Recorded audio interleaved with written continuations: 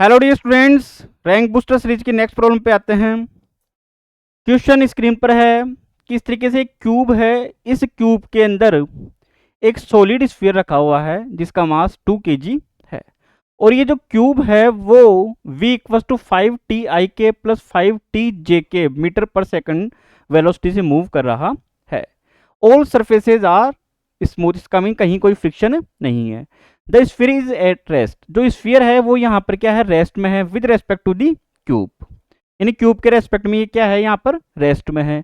What is the total force exerted by the sphere on the cube, तो इस cube के ऊपर जो स्फीयर है, स्फीयर ऑन द क्यूब, यानी जो स्फीयर है वो इस क्यूब के ऊपर टोटल फोर्स कितना लगाएगा, ये अपने को फाइंड करना है। तो अपन यहां से ये देख सकते हैं, ये इस पॉइंट के ऊपर कनेक्ट हो रहा है, एक यहां कनेक्ट हो रहा है, दो पॉइंट के ऊपर कांटेक्ट हो रहा है तो कांटेक्ट फोर्स लगेगा। तो यहां इस डायरेक्शन में तो कांटेक्ट फोर्स कितना हो जाएगा, एन एक्स, एक्स डायरेक्शन में ले लेता हूं मैं, और यहां पे कितना हो जाएगा ये एन वाई। नीचे की तरफ क्या लगेगा, एम जी। अब अपने को इस क्यूब की वेलोसिटी गिवन है, वो कितनी है अपने पास में, v equals to 5t plus 2t तो यहां से अपन ये निकाल सकते हैं कि एक्सेलरेशन कितना होगा, तो a कितना होगा, a इक्वस टू कितना होता है dv अपॉन dt, तो ये कितना बन जाएगा 5 प्लस के 2 टी का डिफरेंशिएशन कितना हो गया 1। इसका मीन्स मैं ये लिख सकता हूं कि x डायरेक्शन में तो एक्सेलरेशन कितना है 5 मीटर पर सेकंड स्क्वायर, और y डायरेक्शन के अंदर कितना है 2 मीटर पर सेकंड स्क्वायर। तो x डायरेक्शन के अंदर 5 मीटर पर सेकंड स्क्वायर आया, y डायरेक्शन के अंदर कितना है 2 मीटर पर सेकंड स्क्वायर आया।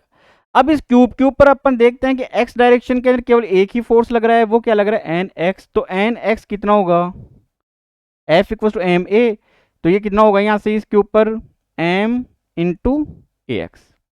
अब m कितना है यहाँ पर स्फीयर के ऊपर, दो कॉन्टेक्ट फोर्स लग रहे हैं nx और ny, तो m कितना है इसके लिए 2, तो ये बन गया 2, ax कितना है यहाँ से 5, तो nx अपने पास में कितना निकल के आ जाएगा 10 न्यूटन। अब यहां से अपन देख सकते हैं एन वाई किधर है, ऊपर की तरफ, एम जी किधर है, नीचे की तरफ, तो मैं ये लिख सकता हूं कि एन वाई तो ऊपर की तरफ है माइनस एम जी, ये टोटल फोर्स हो गया, किसके इक्वल कर दूं एम ए क्या होगा ए वाई। तो यहां से एन वाई क्या निकल के आएगा, ये उधर चला जाएगा, एम बाहर आ जाएगा, एम कितना है 2, अंदर क्या बचेगा जी की वैल्यू 10, और ए वाई कितना है अपने पास में 2, तो एन वाई की वैल्यू अपने पास में कितनी निकल के आ जाएगी यहाँ से 24 न्यूटन। अब अपने को ये बोल रहा है what is the total force exerted by the sphere, sphere कितना लगाएगा ऑन द क्यूब।